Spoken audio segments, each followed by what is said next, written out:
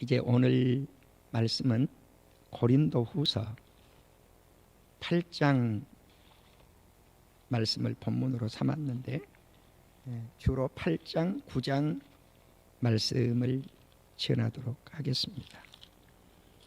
고린도후서 8장 1에서 15절 그렇게 나왔는데요. 1절과 2절만 우리 성도님들이 다 같이 읽도록 하시겠습니다. 그리고 본문 내용은 설교 시간에 제가 전달을 하도록 그렇게 하겠습니다. 고린도후서 8장 1절 2절 우리 다 같이 읽겠습니다. 시작. 형제들아, 하나님께서 마게도냐 교회들에게 주신 은혜를 우리가 너희에게 알리노니 환난의 많은 시련 가운데서 그들의 넘치는 기쁨과 극심한 가난이 그들의 풍성한 연보를 넘치도록 하게 하였느니라. 아멘. 목사가 설교를 할 때 의도적인 설교를 하느냐, 어떤 의도 없이 설교를 하느냐, 이런 질문은 있을 수가 없습니다. 왜냐하면 목적 없이 설교를 한다면 허공을 치기 때문에 그렇습니다. 그런데 그럼에도 불구하고 목회자가 가장 어려운 설교 가운데 한 설교가 무슨 설교냐? 헌금 설교입니다. 그럼 오늘 또 우리 목사님 헌금 많이 드리라고 이러나 보네.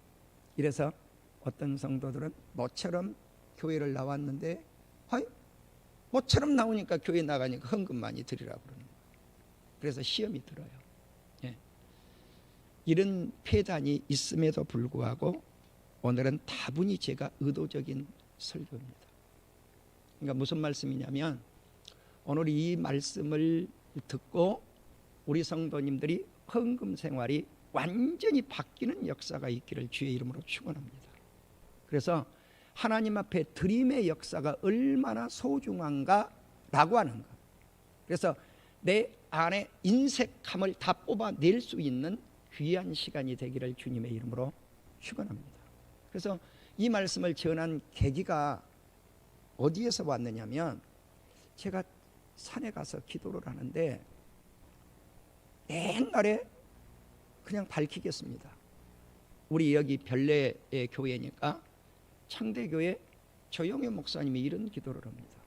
하나님 아버지, 우리 교회 성도님들 11조를 10만 원도 드리게 하시고 올라가요. 계속 50만 원도 드리게 하시고 100만 원도 드리게 하시고 1000만 원도 드리게 하시고 1억도 드리게 하시고 막 올라가는 이게 올라가는 거예요. 그래서 우리 성도님들을 풍요롭게 하여 주시옵소서, 이런 기도를 막 하는 거예요, 산에서. 그런데 이제 산기도는 침묵 기도를 할 수도 있지만 되게 소리를 질러 서니까 다 알아요. 옆 사람이 다 듣는 거예요. 소리 내서 기도하니까. 뭐 세 사람 올라가면 세 사람 소리가 다 막 이렇게 교차로 오고 가면서 들리지만 다 들리지 않아요. 우리 교회 부르짖음의 기도가 약해요. 굉장히 약합니다. 근데 가끔 가다가 우리 전사님이 부르짖죠. 그런데 이제 부르짖으면 그 소리는 다른 사람까지 듣게 돼 있어요. 그런데 우리가 기도를 다른 사람 들으라고 합니까? 라고 하는 것은 아니죠. 그러나 하나님께서 들으라고 하는 것인데, 하나님께서 듣기 위함의 기도임에도 불구하고 소리내어서 부르짖는 기도는 그냥 우리가 듣게 돼 있어요. 그런데 옛날 조영현 목사님 같은 기도 소리가 또 들리는 거예요. 내 곁에서 이렇게 기도합니다. 하나님 아버지, 우리 성도님들 10만 원 11조 드리게 하여 주시옵소서, 100만 원 드리게 하여 주옵소서, 1000만 원 드리게 하여 주옵소서, 5천만 원 드리게 하여 주옵소서, 1억도 드리게 하옵소서. 올라가요. 그러더니 3일이 지났는데 이 목사님 이렇게 간증을 하는 거예요. 목사님, 내 목회 생활 속에 처음입니다. 그래. 우리 교회 성도는 아닌데 친척은 친척이지만 다른 교회를 섬기는 친척이 3천만 원 11조를 보내왔습니다. 아멘. 이런. 그래서 내가 엊그저께 그 기도 소리를 들었는데 3일 이후에 하나님이 응답을 하셔서 그 역사를 베풀더라고요.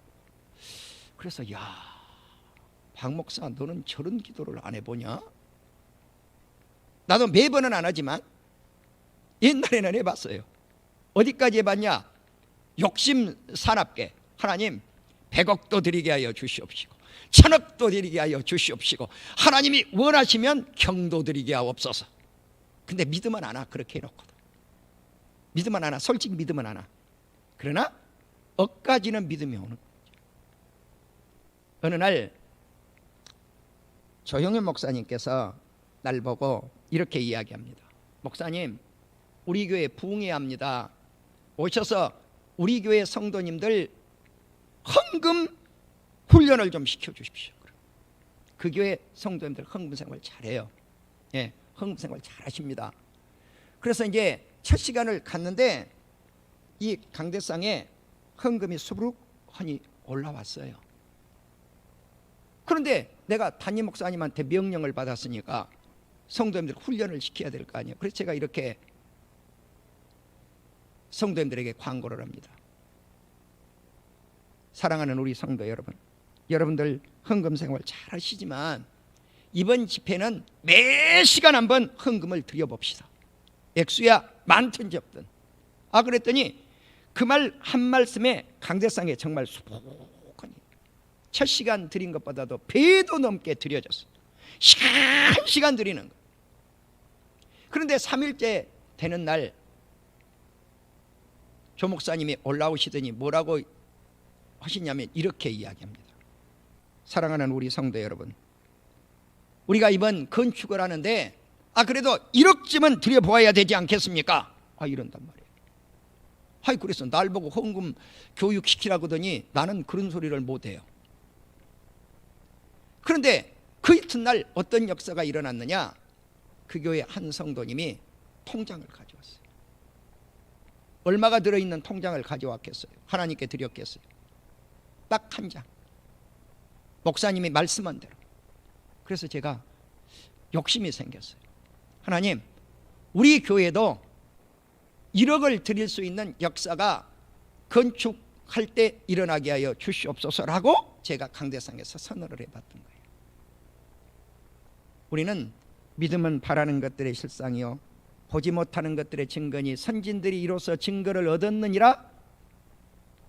헌금 생활이 됐건 어떤 생활이 됐건 믿음으로 입술을 열어서 선포한 대로 이루어지더라는 것이죠.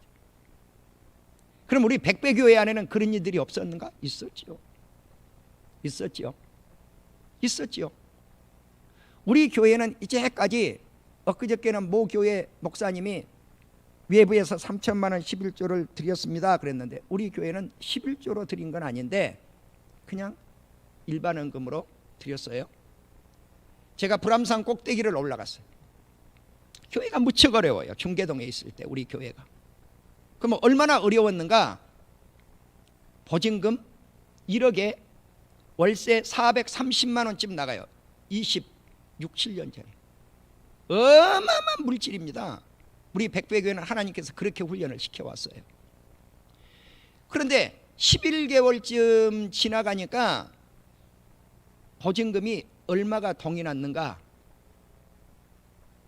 4,700 얼마가 동이 났어요. 그러니까 5천만 원 가까이가 없어진 거예요. 은행에서 1억을 빌려왔는데 이제 조금만 있으면 1년만 더 지나면 은행 돈 다 보증금이 없어지는 이런 상황이에요. 그런데 제가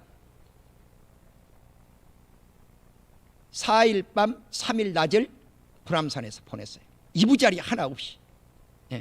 새끼 다 먹지도 않았어요. 그렇게 하고 하산을 해서 주일날 설교를 이렇게 합니다. 하나님 아버지, 이제까지는 돈이란 놈이 내 머리를 지끈지끈 누르고 목회를 해왔는데 오늘부터는 엉덩이 밑에 돈을 깔고 목회하게 하여 주시옵소서 하고 선언을 해요. 3일 이후에 한 성도님에 의해서 5천만 원이 드려짐으로 말미암아 우리 교회에 밀린 4,700~800만 원의 빚을 다 떨고 새 출발을 했어요. 우리 교회. 그러한 과정을 통해서 무일푼을 가지고 변례에 입성한 겁니다. 무일푼을 가지고 변례에 입성해서 그래도 한 27, 8년 지나서 우리 교회가 그래도 변례에서 가장 부자 교회 가운데 한 교회가 된 거예요. 사랑하는 우리 성도 여러분, 우리가 왜 풍성한 넘치는 연보를 하나님 앞에 드려야 할 것인가 하는 거예요. 왜 풍성한 연보를 하나님 앞에 넘치도록 드려야 할 것인가? 오늘 목사인 제 자신부터 우리 사랑하는 장로님들, 또 사랑하는 우리 권사님들, 사랑하는 우리 집사님들, 우리 온 성도님들이 오늘 그냥 헌금을 드리라고 강조하는 설교가 아니라 왜 우리가 하나님 앞에 풍성한 연보를 드려야 될 것인가 하는 그 목적을 분명히 이해를 하시고 오늘 은혜로운 시간이 될 수 있기를 주의 이름으로 축원합니다. 아멘. 그래서 이제 오늘 이 말씀을 통해서 결단을 하실 필요성이 있다는 거죠. 그러면 누구와 같은, 어떤 교회와 같은 헌금 생활을, 연보 생활을 해야 될 것인가? 마게도냐 교회와 같은 헌금 생활을 해야 된다는 것입니다. 마게도냐 교회와 같은. 그런데 이 고린도서인데 바울이 고린도 교회 성도들을 향해서 마게도냐 교회 성도들을 본받으라고 말씀을 합니다. 마게도냐 교회 성도들을 본받으라. 고린도 교회 성도들이요. 그러면 바울은 마게도냐 교회들에게 주신 하나님의 은혜를 고린도 교회에 알렸어요. 하나님의 은혜가 어떤 은혜인가? 마게도냐 교회는 부자 교회가 아닙니다. 외적으로는 극심한 환란이 있는 교회였어요. 그래서 극심한 고난 속에 시련 가운데 있는 교회예요. 이 교회가 헌금 생활 하겠어요? 전에도 제가 좀 속어지만 무엇이 찢어질도록 가난한 교회예요. 가난한 교회입니다. 그러니까 환경적으로는 고난이 많고 시련이 많고 또 부요의 상태는 극심한 가난 속에 있는 교회입니다. 그런데 극심한 가난 가운데 있는 이 교회 성도들이 무엇을 받았는가? 넘치는 은혜를 받았습니다. 넘치는 은혜. 그러니까 사실 교회는 헌금을 드리십시오, 마십시오, 이걸 설교할 필요성이 실은 없어요. 왜냐하면 성도들이 은혜를 받으면 하게 돼 있어요. 은혜를 받으면 하게 돼 있어요. 그런데 그럼에도 불구하고 그것을 깨닫지 못한 성도님들이 계시기 때문에 이런 설교가 때로는 필요하다는 거예요. 그래서 제가 오늘은 의도적 설교를 하고 있다는 거예요. 과거에 제가 똑같은 본문을 가지고 설교할 때는 이런 의도적 설교를 하지 않았어요. 무슨 이야기냐? 고린도전서를 마무리하고 고린도후서 8장과 9장이 오면 이런 설교를 했어요. 제가 차례가 되면. 그러니까 이것은 어떤 헌금의 목적의 의식을 가지고 한 게 아니라 고린도후서 1장, 2장, 3장, 4장, 5장, 6장, 7장, 8장을 가니까 헌금이 나오니까 말씀을 전했다. 이해가 되시죠, 우리 성도님들? 자, 그래서 마게도냐 교회 성도님들의 헌금 생활은 첫째, 은혜를 받았던 은혜. 극심한 가난. 이 극심한 가난이 넘치는 은혜 속에서 넘치는 헌금을 드린 거예요. 자, 그러니까 넘치는 은혜, 넘치는 가난, 풍성한 헌금, 이렇게 된 거죠. 그러면 이들이 어떻게 하나님 앞에 애물을 드렸을까? 자기 힘대로. 무슨 말씀이냐면 헌금 생활을 하실 때는 힘에 겹도록 마게도냐 교회 성도들은 했어요. 자, 그렇지만 1차는 자기 힘대로, 자기 힘대로 빚을 내서 헌금할 필요는 없어요. 자, 그런데 이 가난이 너무 심했기 때문에 힘에 지나도록 자원 애물을 드렸다는 거죠. 제가 우리 교회에서 말씀을 드리지 못할 때가 있어요. 그게 뭐냐면 우리 선교합시다, 구제합시다. 그러면요 성도님 한 분이 그냥 그날 즉각 그것에 임해버려요. 네, 즉각 임해요.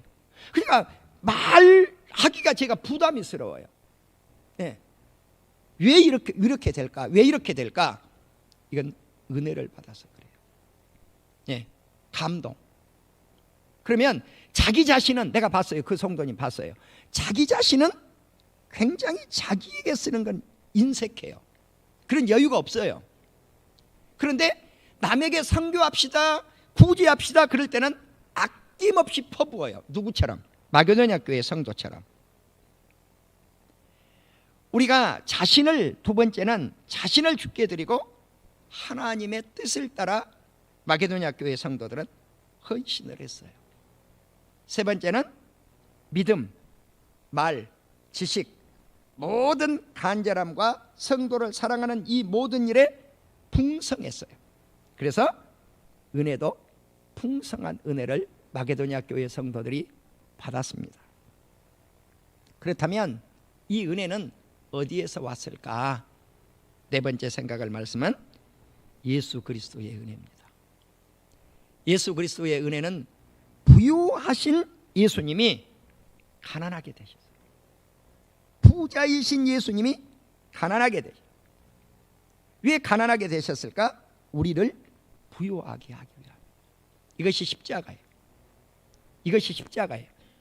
예수 그리스도의 몸을 다 던져서 부유하신 예수님이 이 세상에 사랑하는 주의 자녀들을 위해서 몸소 주님이 가난하게 되십니다. 나는 우리 주님이 이 세상에 오실 때 왜 인간의 모습으로 오실 때 부잣집에 태어나지 않으셨을까? 왜 목수의 가정에 태어나셨을까? 좀 맛있는 밥도 드시고 33년 이 세상에 계실 때 그렇게 좀 사시다가 가시면 좋았을 텐데 예수님 그렇게 세상에 오셔서 부유한 삶을 사시지 않았어요. 좋은 집, 좋은 음식, 좋은 옷, 좋은 신발, 풍요로운 삶 이렇게 사시지 않았어요. 가난하셨다. 마국간에 태어나셨고 그리고 목수의 아들로서 삶을 사셨습니까? 일반 서민의 삶을 사셨다는 거죠. 인간의 모습으로 오셨을 때. 내가 가끔 내 아내에게 핀찬을 들어요. 무슨 이야기냐면 내가 옷 욕심이 있는 것 같아요. 와이셔츠 10,000원 주면 사니까 막 몇 개씩 사요. 예. 그럼 나눠준다고요. 막 나눠준다고요. 그런데 내 아내가 그래요. 어느 날 당신 옷은 많은데 내 옷을 봐라. 내 옷은 없지 않냐. 그래 내가 자극을 받기도 했어요. 그런데 우리가 예수 그리스도를 믿고 제 삶을 이렇게 가만히 되돌아봐요. 29살 청년의 때에는 양복 한 벌을 가지고 44채를 입을 때도 있었는데 정말 그렇게 살았어요. 서울에 올라가서 추운 놈이. 예. 그러니까 제가 섬겼던 담임 목사님께서 박선생 내 방으로 와라 그러더라고요. 당회실이에요. 당회실에 가니까 옷이 쫙 걸렸는데 너무 많이 걸렸어요. 아무거나 하나 골라서 입어라 그래. 나는 키가 1m 72예요. 우리 목사님은 1m 67이라 1m 68쯤 되신 것 같아요. 뭐가 안 맞았겠어요? 옷은 많이 있는데 팔이 맞지를 않아요. 예. 그러나 제가 지금도 목사님의 사랑을 못 잊습니다. 왜? 목사님은 거기까지 생각을 안 하셨어요. 예. 키까지는 생각을 하시지 않았어요. 딱 하니까 사시사철 똑같은 옷을 입고 다니는 한 청년을 보시고 천국 가보십시오. 배동윤 목사님, 한 청년에게 양복 한 벌 기증하다. 아멘. 내가 입지 못했지만 그렇게 기록이 되어 있다고요. 천국에 분명히 그렇게 기록이 되어 있다. 왜 그럴까요? 마음만 먹고 행하고자 하는 뜻을 밝힌 것은 헌신을 한 거예요. 아멘. 우리는 오늘 이 헌신의 시간, 헌금의 시간, 이것은 하나님께 드림의 헌금만이 아니라 이웃에게 구제하고 이웃에게 나누고 선교하고 헌신하는 그것까지 주님은 포함하고 있다는 사실이에요. 그래서 우리는 왜 우리 주님이 가난하게 되셨을까? 우리를 부유하기 위해서. 그런데 삶을 이렇게 되돌아봐요. 나는 분명한 것은 주님보다 잘 사는 거죠. 제가 더 부유한 거죠.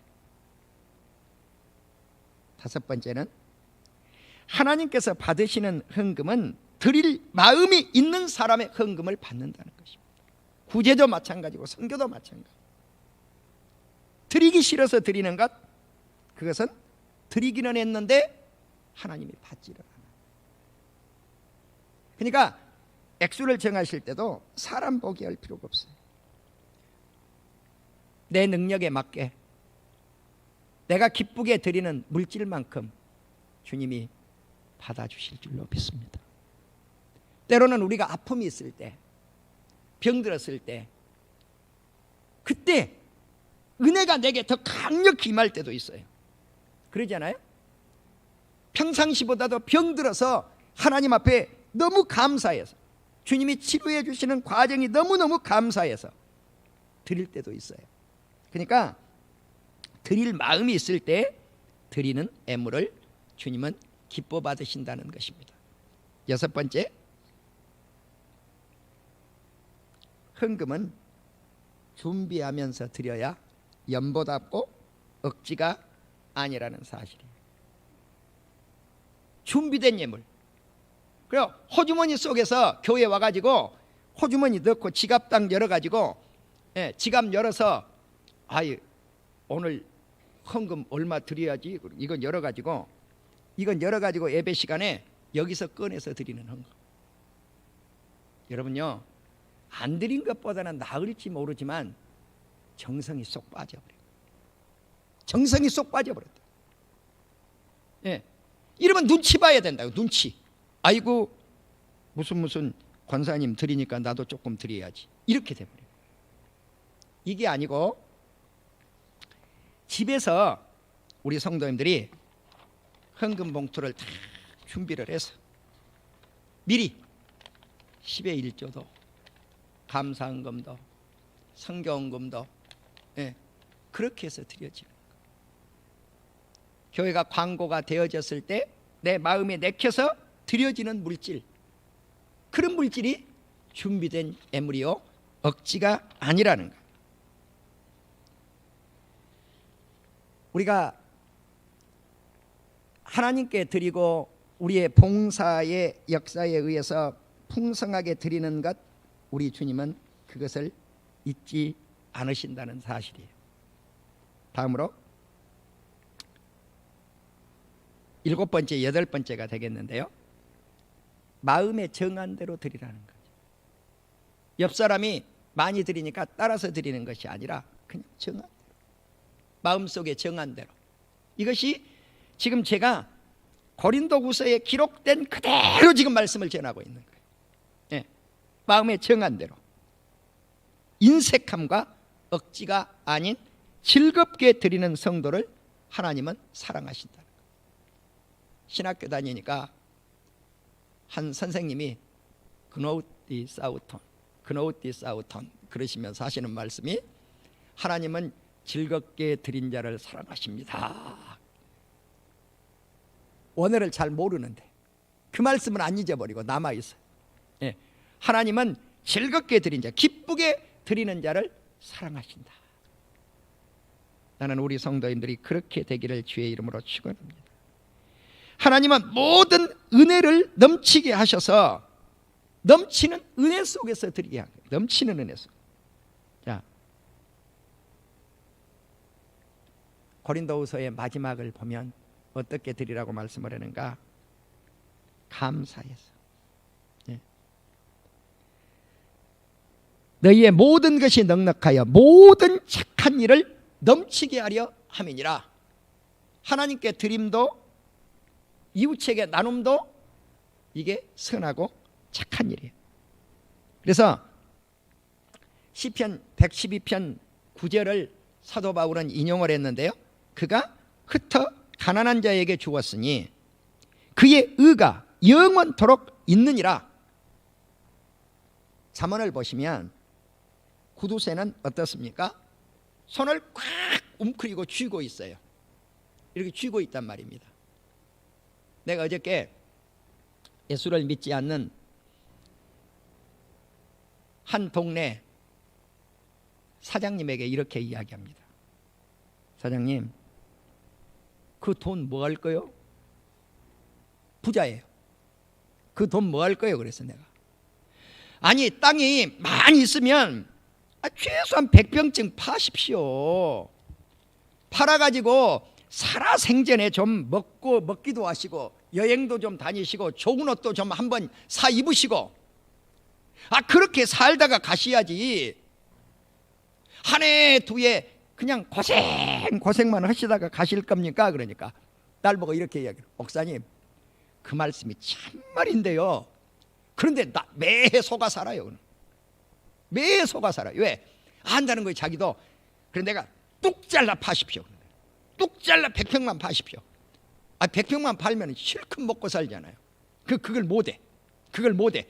그럼 어떻게 사냐? 구두쇠처럼 사는 거예요. 예, 이해가 되세요, 우리 성도님들?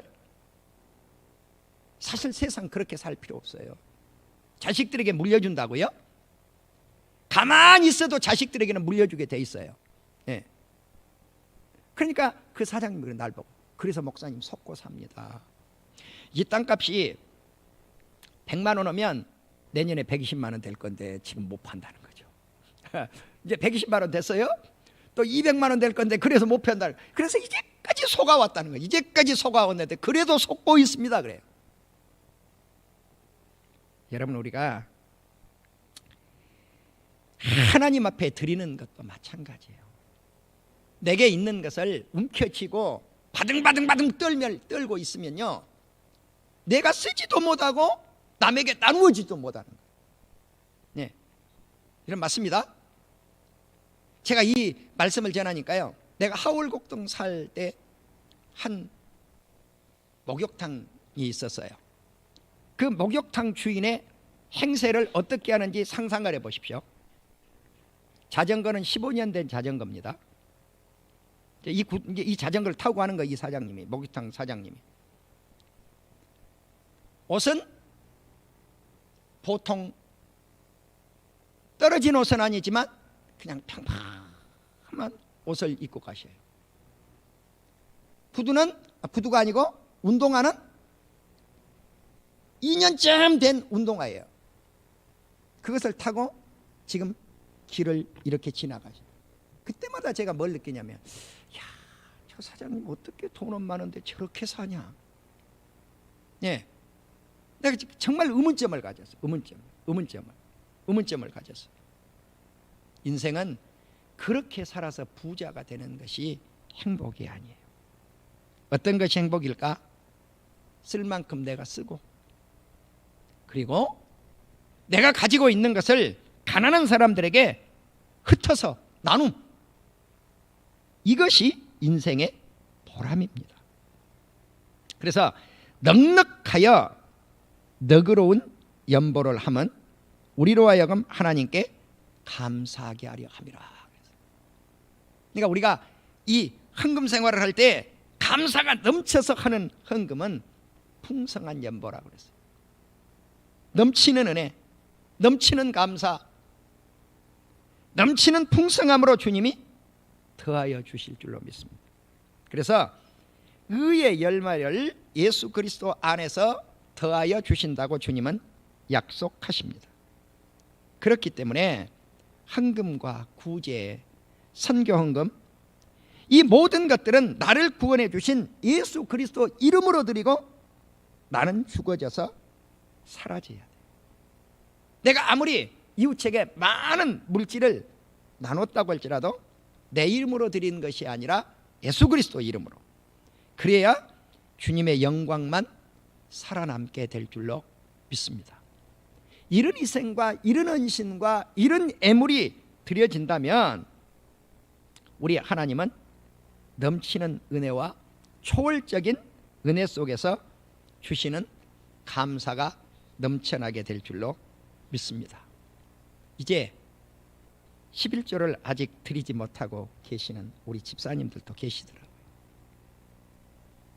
그러나 결단하십시오. 오늘 결단하십시오. 뭘 결단하냐? 그래야 내 삶이 한번 바뀌어요. 예수님이 말씀을 합니다.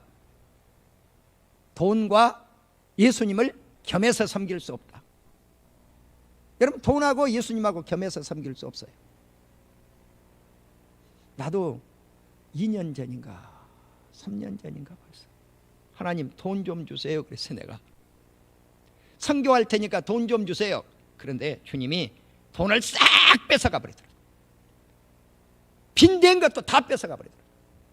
네. 그래서 제가 내 목적은, 내 마음은 선한 일을 하겠다고 하는데 왜 하나님이 싹 가져가 버릴까? 거기서 뭘 느꼈냐면요, 이놈아, 물질, 돈을 가지고 선교하냐, 내 이름으로 선교하지, 이러한 음성까지는 아닌데 그렇게 제가 생각을 해보려고 해요. 결론은 못 내렸어요. 아직 주님의 뜻이 어디 계신지. 예. 한 친구가, 내가 그 친구를 우리 성도님들에게 수없이 소개를 했어요. 교회를 짓는데 14년 됐어요. 돈 6억이 없어 마무리 못하는 거예요. 이 친구가 나에게 또 전화 왔어요. 어저께 밤에. 예, 산을 올라가는데 전화가 와요. 근데 그 친구는 무슨 말 들으려고 오느냐? 답은 하나밖에 없어요. 목사님, 주님이 버리지 않습니다. 이 말 한마디 들으려고. 매번 올 때마다 그 말 해주는데 며칠 지나고 또 그 말 듣고 싶은 거예요. 예. 그런데 이 교회가요, 14년 동안 건축만 못했을 뿐이지 선교하고 구제하는 것은 어떤 교회 못지않게 하는 거예요. 교역자 수도 줄이지 않아요. 오히려 더 뽑았어요. 이런 시절에 뽑았어요.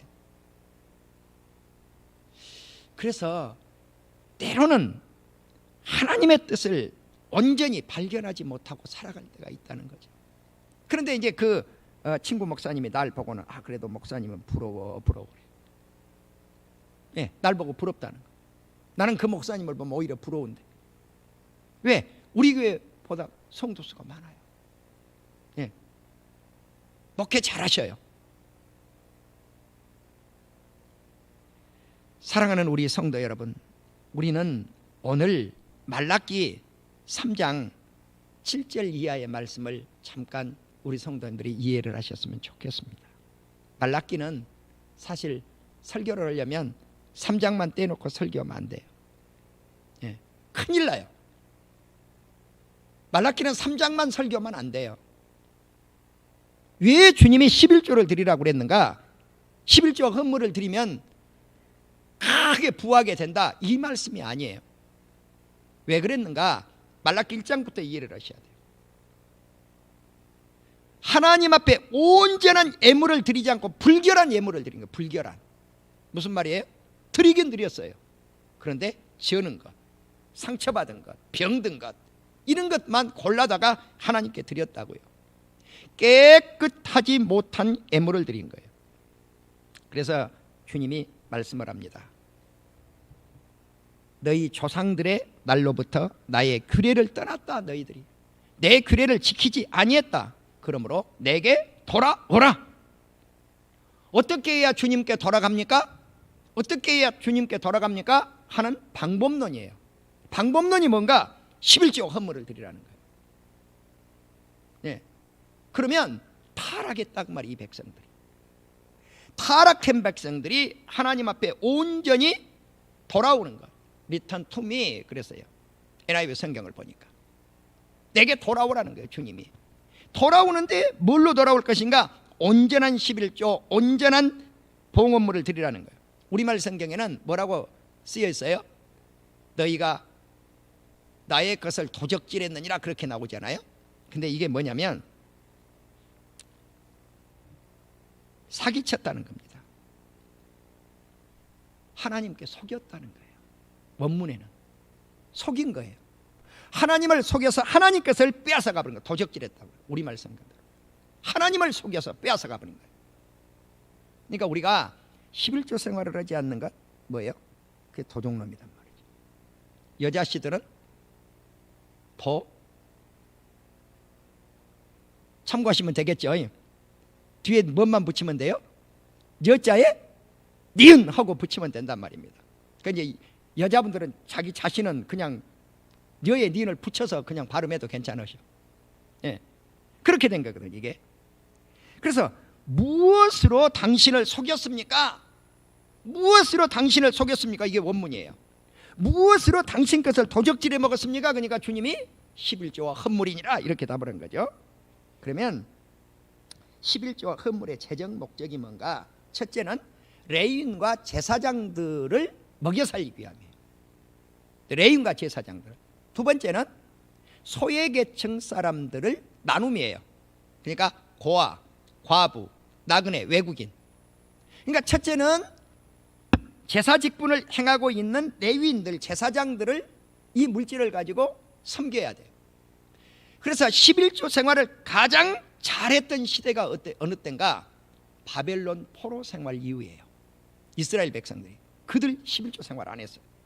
그러면 이제 그 당시 11조 생활을 하는데 어떻게 했는가? 농사를 지어가지고 곡물을 가지고 와서 곡물을 노적거리를 쫙 쌓는 거죠. 마치 보아스가 농사를 지어가지고 노적거리를 쌓아가지고 한쪽 모서리에서 딱 밤에 누웠는데 누가 찾아왔다고요? 룻이 찾아왔다 그랬잖아요. 그러니까 당신 이불을 내 발밑으로 덮으라고 해서. 그 노적거리를 그렇게 가득가득 쌓을 때가 언제냐면요, 바벨론 포로 생활 이후에요. 느헤미야서를 보시면은 그게 잘 나타나 있어요. 그때 11조 생활을 잘해서. 그 몫이 누군가? 레위인과 제사장들이에요. 그러면 레위인과 제사장들은 11조를 안 해야 되느냐? 아니죠. 백성들이 11조를 드리면 레위인들은 받은 것 가운데 열의 하나를 또 떼서 하나님께 드렸다. 우리는 이처럼 제사장과 레위인들을 위해서, 두 번째는 소외된 계층들을 위해서. 그런데 하나님이 뭐라고 말씀을 하느냐? 이스라엘 백성들에게 온 나라가 도적질을 해먹었다. 온 나라가 나의 것을 속여 먹었다는 거예요. 그러니까 온 나라니까 누구예요? 온 백성이 그렇게 됐다는 거죠. 온 백성이. 우리 문 대통령께서 이번 미국 나들이를 하셨죠. 뭐 일부 사람들은 비판도 하더라고요. 어마어마한 돈 투자를 해주고 기껏해야 55만 개 군인들 맞을 백신만 확보를 해왔냐고. 미국의 전략이 어떠든 그들이 이번에 뭐라고 이야기를 했냐면 가난한 나라부터 먼저 하겠다. 한국은 부자가 아니냐, 선진국이 아니냐 그러더라고요. 그래 내가 그들의 의도가 어디 있는지는 모르지만, 미국의 의도가 어디에 있는지는 모르지만 그래도 기분 하나는 좋더라고요. 뭐가 좋냐? 아 정말 우리가 선진국이 됐네. 예. 제일 부자 나라가 그걸 인정하니까. 예. 그래서 가난한 나라부터 백신을 주겠다는 거예요. 정말 그것이 의도더라고면 나 잘못됐다고 생각하지 않습니다. 예. 정말 그것이 미국의 진짜 의도라면. 예. 백신을 맞아야 살겠지만 맞지 않아도 주님이 지켜주시면 우리 대한민국을 건재하게 만들어 주실 줄로 믿습니다. 사랑하는 우리 성도 여러분, 온 나라가 가난하게 되고 온 나라가 부유하게 되고, 이게 어디에서 그렇게 될 것인가? 온 나라 백성들이 11조와 헌물을 하나님 앞에 드리면요, 그 나라는 풍성한 축복을 받게 될 줄로 확신합니다. 나는 우리 대한민국이 왜 이렇게 잘 살게 되는 나라가 됐느냐? 그래도 1000만이 넘는 성도님들이 존재하고 있기 때문이라고 저는 확실히 믿습니다. 5천만 우리 민족 가운데 1000만이 넘는 우리 기독교인이 존재하고 있다는 것, 이건 복입니다. 내가 최근에 광주에 내려가서 한 돌잔치 연회석장을 들어가는 입구 엘리베이터에 이렇게 붙여놨습니다. 대면 예배를 드리는 자와, 오늘 우리 성도님들 말이에요, 대면 예배를 드리는 자와, 두 번째, 열이 있는 자, 몸에 이상이 있는 자는 출입을 자제해 주시기 바랍니다. 일어났어요. 그래서 내가 사진을 차가닥 찍었어. 나 성격에 못 봐. 그러니까 절대 못 봐줘. 거기가 어디냐? 전라도 광주요. 예. 전라도 광주. 내가 모처럼 내려갔는데 올라오면서 전화번호 탁 전화를 하는 거죠. 제가 뭐라고 전화했느냐? 전화를 따르릉 하니까 여성분이 받아요. 그래서 제가 이렇게 이야기합니다. 직원님이시면 대단히 죄송합니다. 제가 말씀을 드리는 것이 좀 신뢰가 될 것이니까 직원님이시면 좀 책임자 높은 양반을 좀 바꿔주십시오. 그랬어요. 정중하게. 왜? 직원 죄 없거든요. 그랬더니 이분이 뭐라고 하냐면, 괜찮습니다, 저에게 말씀하십시오, 제가 책임자입니다. 그래. 그때부터 제가 이제 톤이 높아간 거예요. 아니, 그런 광고를 붙이려면 지하철 타는 사람 들어오지 마십시오, 버스 탄 사람 들어오지 마십시오, 공무원들도 들어오지 마십시오. 아니, 그 사람들 대면에서 다 직장 생활 안 하냐고, 다 대면하고 지하철 타고 왔고, 다 대면에서 버스 타고 왔고, 그런데 어떻게 예배 드린 자 그것만 들어가 있냐? 거기에 미사 드린 사람은 해당 안 돼요. 이해가 되시죠? 예? 절에 간 사람에게 해당 안 돼요. 오직 예배 드리는 자. 내가 호통을 쳤어요. 만일에 그 광고를 떼지 않으면 내가 강력하게 조치하겠다고. 언제 제가 내려가서 확인하겠어요? 원포만 놓고 왔을 뿐이지. 예. 여러분, 우리가 이마만큼 때로는 교회가 조롱거리가 되어 있는데, 그럼에도 불구하고 하나님은 우리 사랑하는 성도님들을 통해서 복을 주고 계신다는 사실입니다. 우리 대한민국 이만큼 사는 것, 열의 하나와 헌물을 온전히 드릴 때 그런 역사가 우리 개인뿐만 아니고 가정뿐만 아니고 직장뿐만 아니고 우리 민족과 국가에도 그렇게 될 줄로 믿습니다. 열의 하나를 들여서 하늘나라 창고에, 보물 창고에 넣어주면 하나님이 뭐라고 말씀하신가? 복을 주시는데 쌓을 것 없도록 주신다. 예? 충분함이 없기까지, 그러니까 넘치게 주신다, 그 말입니다. 그리고 너희를 위해서 메뚜기를 금한다 그랬어요. 여러분, 메뚜기 떼가 등장해서 중국의 농산물을 작년에 다 뜯어 먹었죠. 그게 천벌이에요. 저주입니다. 예. 밭에 포도나무 열매가 기한 전에 떨어지지 않게 하는 것, 그러니까 풍년이 든다고 하는 것, 이것이 우리 물질 생활과 밀접한 관계가 있다는 것입니다. 이제 말라기 끝부분에 이렇게 기록이 되어 있어요. 여호와를 경외하는 자, 하나님의 이름을 존중히 여기는 자는 하나님 앞에 있는 기념책에 기록되어서 특별한 소유가 될 것이라는 거죠. 이 특별한 소유를 NIV 성경에 뭐라 그랬냐면은 보물 같은 소유라 그랬어요. 보배, 보물 같은 소유. 하나님께서 사랑하는 우리 성도님들을 하찮은 인물로 본 게 아니고 금덩어리, 황금덩어리 같은 보배로운 성도들로 보고 계시는 거예요. 할렐루야. 이제 우리는 하나님께서 우리 사랑하는 성도님들을 아낀다는 거죠. 여러분, 보물을 다 아끼지 않아요. 보물 안 아낀 사람들 있어요? 예? 금붙이, 은붙이 다 아껴두지 않아요. 예. 그렇듯이 우리 성도인들을 우리 주님은 아끼신다는 것입니다. 이제 마지막으로 역대상 29장 20절 이하를 보면 다윗 왕은 부자였으니까 그랬을 것이다 라고 생각할지 모르겠습니다만은 다윗 왕이 솔로몬 왕을 왕위에 즉위를 시키려고 할 때 온 회중에게 명령을 합니다. 너희는 하나님께 송축하라 명령을 하고 백성들이 그 명령을 따라서 송축하고 머리 숙여 하나님과 다윗 왕에게 절을 했어요. 그때 제사를 드리고 번제를 드렸는데 얼마나 많은 예물을 드렸는지 숫송아지 1000마리, 순양 1000마리, 어린 양 1000마리를 전제와 함께 드렸어요. 3000마리를 한꺼번에 드린 거죠. 예. 1000번제만이 있었던 게 아니에요. 솔로몬은 1000번제를 드렸다고 그러는데 이 3000마리를 다윗은 한꺼번에 드린 거예요. 예. 한꺼번에 3000마리를 드렸어요. 여기서 보면 온 이스라엘을 위해서 풍성한 제물을 하나님께 드렸다는 거예요. 자, 그러면 이제 하나님은 이렇게 다윗의 예물을 받으시고 그 아들 솔로몬을 왕으로 삼고 솔로몬 왕국을 형통하게 하셨어요. 모든 왕들보다 뛰어나게 하셨어요. 다윗 왕은 나이가 많아서 늙었지만 부하고 존귀하게 쓰임을 받고 하나님의 나라 품에 안기게 되었습니다. 이제 오늘 말씀을 맺습니다.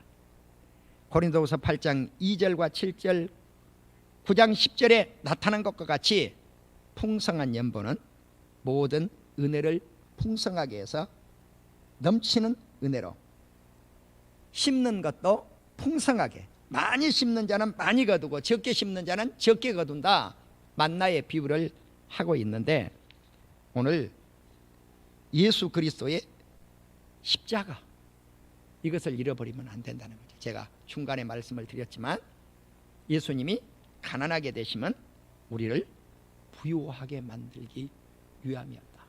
그래서 나를 부유하게 하신 그 주님의 이름으로 하나님 앞에 드림으로 말미암아 우리가 드린 예물이 선한 곳에 쓰임을 받아서 하나님께는 영광이 되고 우리 성도님들에게는 풍성한 축복이 안겨질 수 있기를 주님의 이름으로 축원합니다. 그래서 우리 교회도 어떤 교회처럼 3천만 원도 1억도 아니면 10억도 100억도 풍성한 물권의 축복을 받아서 하나님께 드리고 이웃에게 흩어 뿌려서 하나님 마음에 쏙 들어서 복의 복으로 풍성한 축복을 내려받는 우리 온 성도님들 되시기를 주님의 이름으로 축원합니다. 기도하십시다.